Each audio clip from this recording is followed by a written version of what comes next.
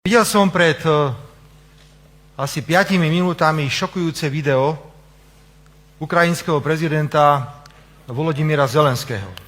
Video, na ktorom sa priamo vyhráža predsedovi vlády Maďarska Viktorovi Orbánovi za to, že maďarská vláda momentálne blokuje 90 miliardovú vojenskú pôžičku pre Ukrajinu. Ide o pôžičku, na ktorej sme sa ani my nezúčastnili a nezúčastníme sa, rovnako ako Česká republika a Maďarsko.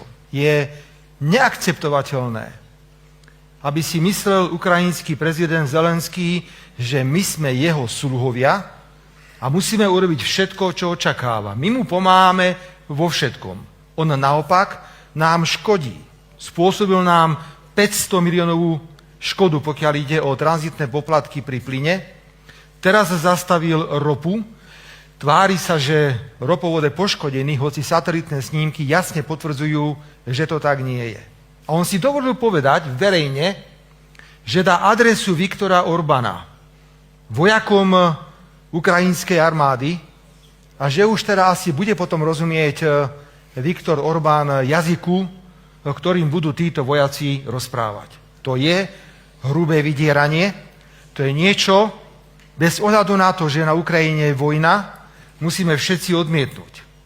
A využívam túto príležitosť, pretože vždy nahrávame tieto podujatia, aby sme mali dôkaz, že sú to normálne stretnutia, a oficiálne žiadam všetkých najvyšších predstaviteľov Európskej únie. A budem veľmi konkrétny.